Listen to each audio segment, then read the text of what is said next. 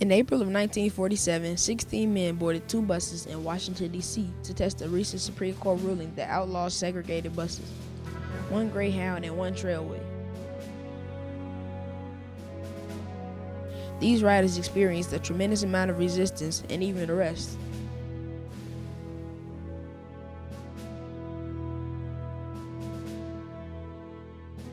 These men, 8 white and 8 black, were considered the pioneers of the Freedom Rides.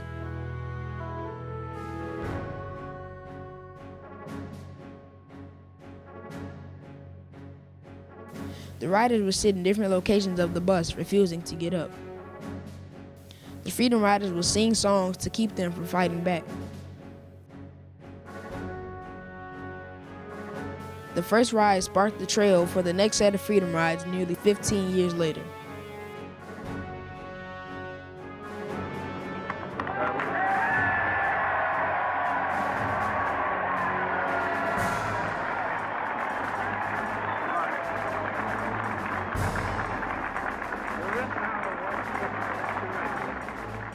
In 1960, John F. Kennedy was elected president.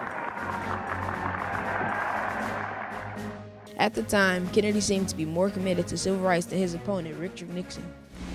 I hope that every American, regardless of where he lives, will stop and examine his conscience about this and other related incidents. This nation was founded by men of many nations and backgrounds. It was founded on the principle that all men are created equal, and that the rights of every man are diminished when the rights of one man are threatened. Today we are committed to a worldwide struggle to promote and protect the rights of all who wish to be free. CORE decided to test how committed he was by organizing a set of bus rides. This Freedom Ride left from Washington, D.C. on May 4, 1961, scheduled to arrive in New Orleans on May 17, which was the anniversary of the Brown v. Board education decision. Unlike the Freedom Ride in 1947, this Freedom Ride experienced little resistance. After 10 days of riding, on May 14th, the Freedom Riders split up to travel through Alabama. The first group met a crowd of about 200 angry people in Anderson, Alabama. The mob slashed the tires and stoned the bus, but somehow the bus managed to get away.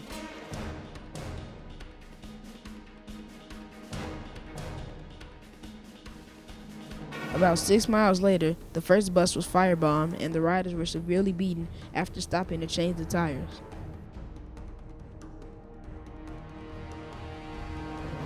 As for the second group, like the first, these riders were met by a mob in Birmingham, Alabama. It was later discovered that the FBI knew of the plan and local police stayed back on purpose. Even with the violence, the Freedom Riders were still determined to go on with these rides. Jim Peck, who was a white rider, suggested they keep going because nonviolence would prevail over violence. With the other buses being destroyed, the bus company would not provide another bus because of the risk of destruction. It had seemed as the Freedom Rides were over. At that point, 2 Nashville students decided to fire up another Freedom Ride. They were arrested and police dropped them back to Tennessee. The riders still did not stop but went back to Birmingham. Meanwhile, it was agreed that police troopers would be 6 miles apart on the highways between Birmingham and Montgomery. After the riders went past Montgomery, the mobs appeared and police did nothing. This was not appealing to Robert Kennedy, so he decided to send federal marshals in. Martin Luther King Jr. flew to Montgomery to hold a mass meeting in a church with the protection of marshals. Some riders continued the ride in Jackson, Mississippi. Many were arrested as well. During that summer, over 300 riders were in jail. They never made it to New Orleans, but they made a mark on civil rights movement by forcing John F. Kennedy to enforce a Supreme Court decision.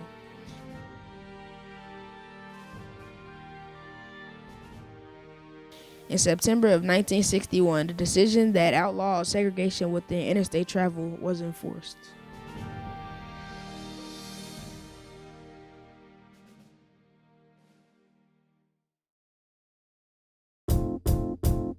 Hi, My name is Jalen from South Loop Elementary. I'm here at the Greyhound bus station in Chicago, Illinois, to test the knowledge of the lesser-known transportation struggle of the civil rights, the Freedom Rides. So the first question was, it's a true or false question. Okay. Martin Luther King Jr. was involved in the Freedom Rides, true or false? I believe that's true. I say false. False. That's true. Yep, that is true. He was he flew to Montgomery to hold meetings in churches. My next question is also true or false. All of the Freedom Riders were black. False. True.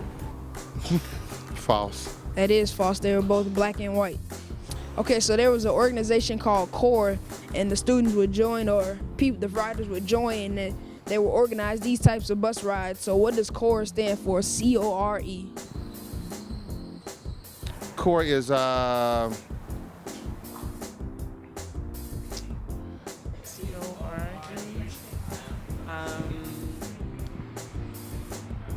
I have the slightest idea.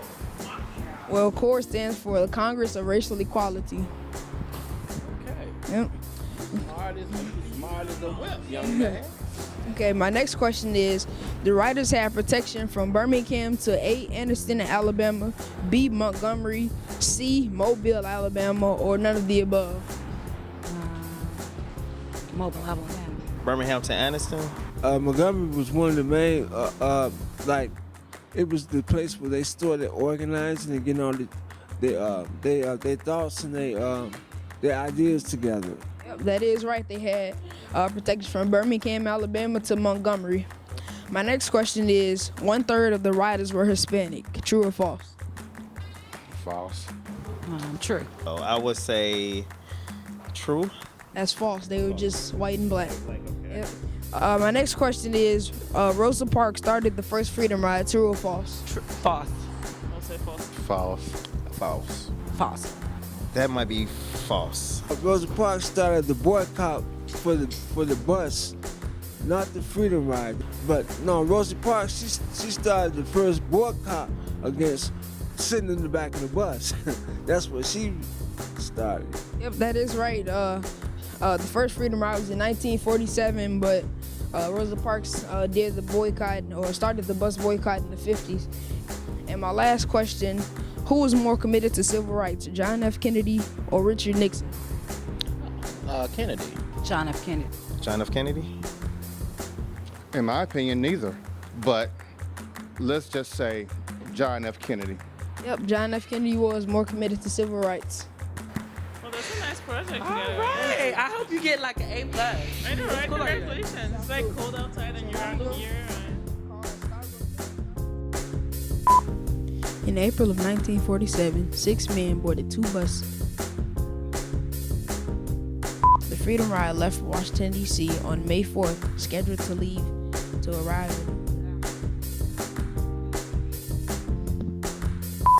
The first ride sparked the trail for the next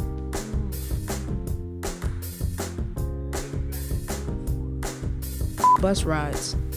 The Freedom Ride left from Washington, D.C. on May 4th.